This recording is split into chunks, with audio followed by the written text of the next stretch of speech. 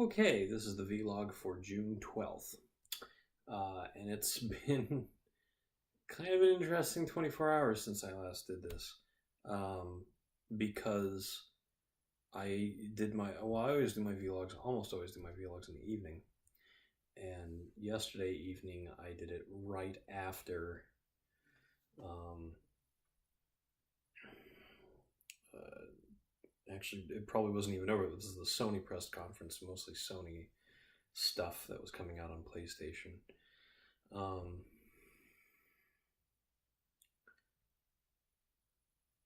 that was about 24 hours ago, but only a little less than 12 hours ago is when Nintendo did their press conference. And Nintendo doesn't do a lot of stuff right down at E3. Like, they don't book a whole auditorium and then do a big hour, 2 hour long program there.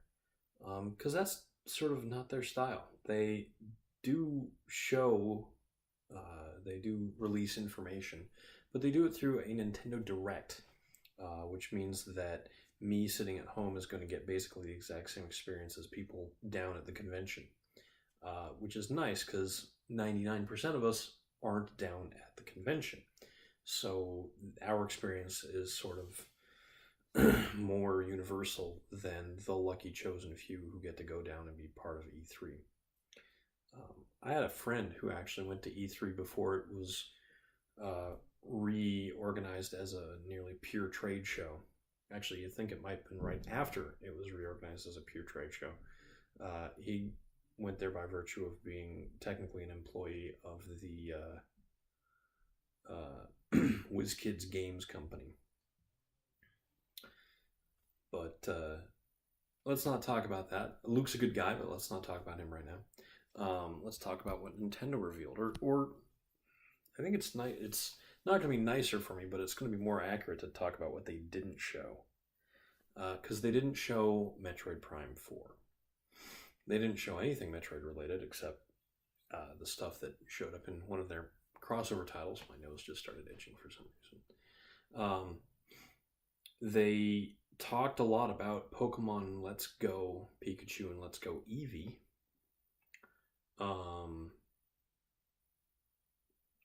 But that game looks like visually stunning. Like, it never occurred to me that a Pokemon game could be very, very pretty, and it looks very, very nice. It looks like a place I would want to visit in real life if I could. Which is funny because the whole point of Pokemon Go is getting you to go out into the real world. And the cross-compatibility between the two, I think, is going to do it a lot of favors. I think a lot of people are going to enjoy bringing in some of their favorites that they've already caught in Pokemon Go and sort of going through the game in that style. I have a comparatively tiny amount of Pokemon I've caught in Pokemon Go, but I'm more looking forward to playing this version. Going on my walks is something I like to do where I'm just walking, whereas when I'm playing a video game, I'd rather just sit and play a video game. Again, sorry, my nose just started itching just a little bit ago. So they showed that off. They showed off a number of indie titles and announced that couple games that I really like Hollow Knight, are coming to the Switch. I think Hollow Knight is coming out this week. Fortnite's available right now. It was made available an hour after the press conference.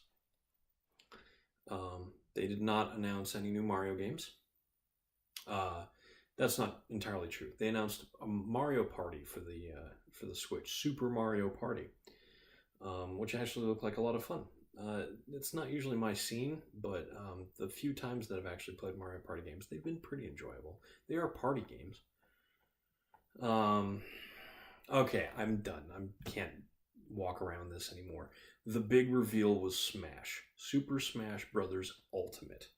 Super Smash Bros. Ultimate is going to be coming out on the Switch, and it's going to include every fighter that has ever appeared in a Smash Bros. Game as a playable character.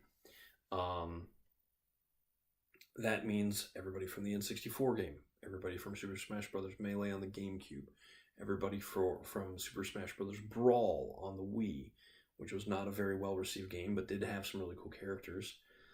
everybody from Super Smash 4, Super Smash Brothers 4, Wii U, and 3DS. And a handful of new characters. So, with, I believe the short end of the roster is 65, but there are technically 68 characters because of what they call the Echo characters. The Echo characters are so closely based on existing fighters that they don't feel terribly different, and you can pick up and play either the primary version or the Echo version without having to, entirely relearn the move sets or how they behave. There are subtle differences, but the differences are, in many cases, mostly cosmetic. Those fighters are Lucina, who is an Echo of Marth, Dark Pit, who is an Echo of Pit from Kid Icarus. His name's not just Icarus or Kid Icarus, it's Pit. And now a new one, Daisy, who is an Echo of Peach. Now, whenever I play Super Smash Brothers, I like to pick Peach because Peach has just felt very comfortable to me. It's not like I have an inordinate fondness of princesses, although girl power, and I like to see female characters being portrayed well in video games. It's always been important to me. But there's just something about Peach that's so... Maybe it just comes from when I played Super Mario Brothers 2 on the NES. I almost always picked Peach. It was just easy to float around. She had the slowest run speed and the slowest pickup speed of any character, so you just sort of gently glided through life without as much of a rush. And the characters that are much faster, like Mario and Toad, tend to almost be too fast for me. So Peach is good, but Daisy's spunky. Daisy's got this spark to her that I just have always found really endearing, and she's the more sort of athletically minded, although not necessarily better at athletics than Peach. So I'm just really excited to be able to finally play Daisy and have her feel and sound like Daisy. That's really cool to me, but Daisy's technically not one of the new fighters. I heard somebody quote an idea that they are adding a total of 4 brand new characters to this game, and they've only revealed 2. And one they revealed in the initial teaser, and that's the Inklings. The Inklings are one character, but you can pick between 8 different color costumes, whatever you want to call, and 4 are boys and 4 are girls, although the girl is sort of the primary character because she's been the face of the Splatoon franchise forever. So, the Inklings are very cool. They have all their cool little weapons and gadgets from the game. They actually can run out of paint, or ink, excuse me.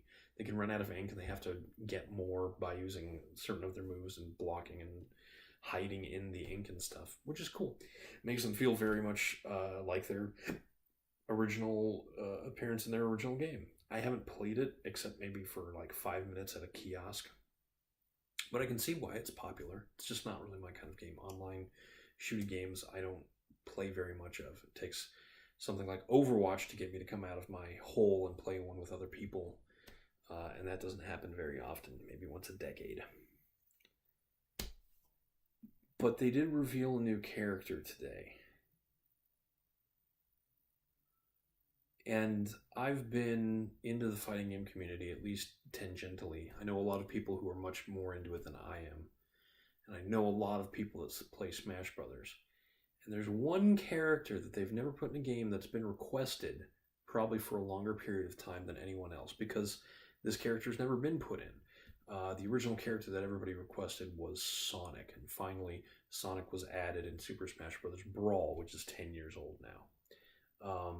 The popularity of the Inklings was such that they were very, very, requested, and they were put in the game straight away, once because I think Splatoon came out on the Wii U after Super Smash Bros. For Wii U did. I could be wrong about that, but it was probably too close to get them in regardless. A lot of people wanted to see them as DLC, but that also wasn't in the cards. So this character has been requested probably, if not since Melee on the GameCube, probably since they thought they were going to make a sequel. So like the N64 game. And that character is Ridley from Metroid. I never thought they would do this character. Let me put it to you this way. People that play fighting games want balance. They want characters that fit in and aren't brokenly overpowered, because when a game becomes a series of brokenly overpowered characters, those are the only characters people will pick. Where you have to organize with your friends. Okay, nobody pick this character because they're too good. Stuff like that. That's not good. That doesn't help anybody out. It doesn't make that character better in the long run. It means that people grow to resent them. And when a character is huge in a fighting game, that tends to create all sorts of problems. It can make a character vastly overpowered, but in a lot of cases, it makes them much weaker. There are only a few very large characters that I believe compete competitively within their own games. Iron Traeger from BlazBlue comes to mind, as does Sentinel from all the Marvel vs. Capcom games. And Ridley, while being roughly the size of Samus in the first game Ridley appeared in, has been the size of a minivan or larger in every single game that has come after, including the remake of that first game. So the sense of scale there is just, Ridley would be just too big. But I always sort of figured in the back of my head, well, Bowser's a big character. Bowser's usually a character that towers over Mario. What if they just did what they did with Bowser and kind of shrink him down? He's still larger than Mario. In fact, he might be twice as large as Mario in Super Smash Bros., but he isn't that much bigger than all the other characters. He's not terribly athletic, but he gets around the map. Okay, what if they made Ridley a little bit smaller, let his wings that aren't really that massive take up more of the space he's representing on the screen? That's exactly what they did. It's a pretty small Ridley, all things considered, but he's still large and menacing. He's got this gargoyle-like stance where he sort of reclines in a folded up position and then extends out really big, nasty claws, and that tail. Oh, that tail, it drove me nuts when I first fought him in Super Metroid. I must have fought that boss at least 4 times. I ran out of missiles and super missiles and everything. And I finally beat him. And I've always had mad respect for Ridley, who is named for Ridley Scott, the creator of the Aliens franchise, which has inspired the Metroid franchise.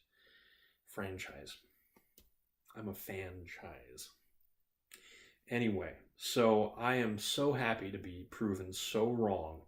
And this is one that I think everybody is really happy to see, because Ridley's one of those villains that you love to hate, but you really don't mind when you see him show up, even in games where he probably shouldn't even be there. But, that was the E3 for the day. I really didn't catch anything else. The Spider-Man trailer makes it look even more like Arkham Asylum, but with Spider-Man. But maybe we can talk about that some other time. I'm not exactly sure what tomorrow is going to bring, so I'll have to check that out. But until then, I'm Eric Spornitz, and tomorrow will be better.